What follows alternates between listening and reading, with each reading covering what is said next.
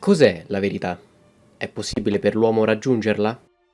Molti filosofi hanno tentato di dare una risposta a questo quesito fin dall'antica Grecia, dove la verità, chiamata aletheia, era inteso in senso dinamico, come qualcosa in perenne divenire, un atto mai concluso di ricerca e confutazione del falso. Nel corso della storia, le conclusioni di questa ricerca sono state molte, ma non è certo di storia della filosofia che siamo qui oggi a parlare, bensì di un manga che fa della ricerca della verità in senso filosofico il fulcro della sua narrazione. Sto parlando di Fullmetal Alchemist di Hiromu Arakawa. Urge una piccola premessa, il video affronta per intero ciò che avviene durante tutta la vicenda del manga o dell'anime, quindi è sottinteso che sarà pieno di spoiler. Inoltre voglio precisare che questa è la mia personale interpretazione del manga. Scrivetemi nei commenti le vostre considerazioni a riguardo. Buona visione. L'alchimia si sviluppa a partire dall'antico regno di Xerxes, il quale, non a caso, nella sua architettura e geografia ricorda la Persia, conquistata dagli arabi nel 600. Gli stessi arabi che furono il centro della ricerca alchemica per vari secoli, a seguito dell'abbandono da parte dell'Europa ormai cristiana di queste dottrine, fino alla fine dell'Alto Medioevo, quando, attraverso la Spagna, tornarono in Europa e si diffusero a macchia d'olio per il continente. Xerxes, pur trovandosi in mezzo al deserto, non è difficile pensare che infatti fiorì proprio grazie all'alchimia, che lì si presume nacque. Ma cos'è l'alchimia? L'alchimia potrebbe essere definita la precorritrice della moderna chimica, dell'astrologia, della medicina e della metallurgia, prima della nascita del metodo scientifico, che portò alla decadenza ed una visione prettamente esoterica di quella che, a tutti gli effetti, era una dottrina filosofica ben prima di essere una pseudoscienza, perché il vero scopo dell'alchimia era invero il portare alla liberazione spirituale dell'individuo.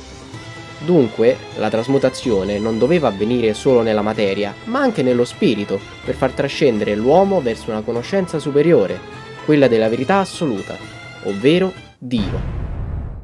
Ciò che infatti spinge i fratelli Elric a partire per il loro viaggio è la ricerca di un oggetto, la pietra filosofale, per riottenere i loro corpi perduti anni prima. Solo alla fine del loro viaggio, Edward capirà che ciò che stava cercando non era un artefatto, bensì la conoscenza per poter sovvertire le regole stesse dell'alchimia. Perché rompere le regole dell'alchimia, creare la pietra filosofale, vuol dire rompere le leggi della natura, le leggi di Dio.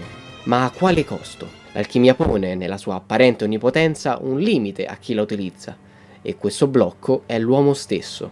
Se questa scienza si basa dunque sul principio dello scambio equivalente, quanto vale una persona? Qual è il prezzo della sua anima? Perché questo è ciò che distingue l'uomo dal resto del creato, la sua anima. Non ha una forma, non una dimensione o un peso, ma esiste, è dentro ognuno di noi, è ciò che ci rende esseri umani. Dunque, proprio grazie alla limitazione stessa della vita è possibile ottenere un potere che trascenda l'umana comprensione, che vada oltre ogni cerchio alchemico ed ogni formula, perché quella piccola pietra rossa, così desiderata e bramata da tutti, non è altro che la cristallizzazione stessa dell'anima dell'uomo, di ciò che eleva l'uomo oltre la sua limitatezza. L'artefatto è dunque il velo di maglia descritto da Schopenhauer, che squarcia l'apparenza per rivelare all'uomo la verità sulla sua esistenza, svelando ai suoi occhi il prezzo della vita. È da questa seconda domanda, dunque, che nasce l'homunculus, quello che, per Fichte, sarebbe stato l'antitesi dell'uomo, quel qualcosa di altro dal suo creatore che permetta a quest'ultimo di affermare se stesso. Quel piccolo essere, nato in un'ampolla, in maniera artificiale, nero come la pece e senza forma, come se fosse la negazione stessa dell'uomo, un abominio con solo un occhio ed una grande bocca, creato dalla ricerca, dotato di intelletto e convinto di poter essere migliore del suo creatore. Questo ricerca però il potere di Dio ancor di più, deciso egli stesso a divenirlo, perché brama la conoscenza come una fame insaziabile. E per fare questo scinde se stesso dalle sue passioni, quelle che, nel bene o nel male, compongono l'anima, convinto di poterle tenere a bada meglio fuori da sé piuttosto che dentro di sé, curioso come lui stesso e le sue passioni abbiano la tanto schernita e derisa sembianza umana. Un essere immortale, dunque, nato dall'oscurità, che brama l'onnipotenza, con 7 figli viziosi, ognuno dotato di una piccola pietra filosofale, cercano di realizzare questo scellerato progetto divino.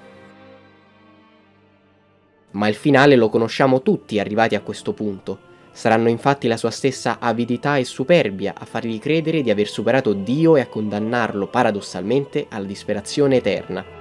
Questo perché non è possibile superare l'assoluto o anche solo impossessarsene, e tanto ci si avvicina alla verità, tanto più ci si allontana da essa. Come se non fossi mai cresciuto. Pensavi che separandoti dai tuoi 7 desideri avresti potuto superare gli esseri umani? Che idea ridicola!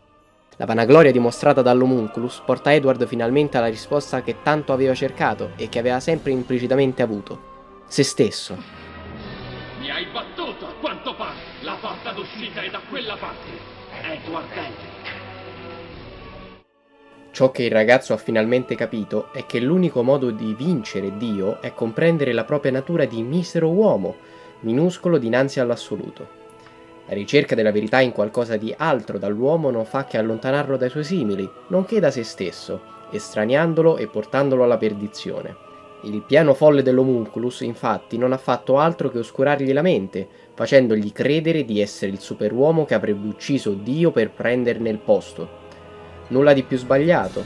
Infatti, rinunciando al suo portale della verità, il giovane Elric riesce a riportare indietro suo fratello, completando il suo scopo, ma non il suo viaggio, perché l'alchimia, come abbiamo detto all'inizio, non è che un mezzo per la conoscenza, che mai potrà dirsi completa. Ciò che infatti traspare alla fine dell'ultima pagina del manga è proprio questo perenne ciclo di trasformazione, simboleggiato dall'armatura di Alphonse riutilizzata per divenire altro da ciò che era, in un meccanismo di aiuto reciproco con il prossimo. In maniera socratica, la verità non è altro che un percorso su cui camminare sempre, in cerca di una meta che non arriverà mai, perché in ogni passo che si fa verso l'orizzonte, quest'ultimo rimane sempre alla stessa distanza, ma noi avremo camminato in avanti sul cammino della conoscenza. Non è dunque importante il quando, ma solo il come si sarà fatto questo viaggio, un viaggio nel mondo, un viaggio dentro noi stessi.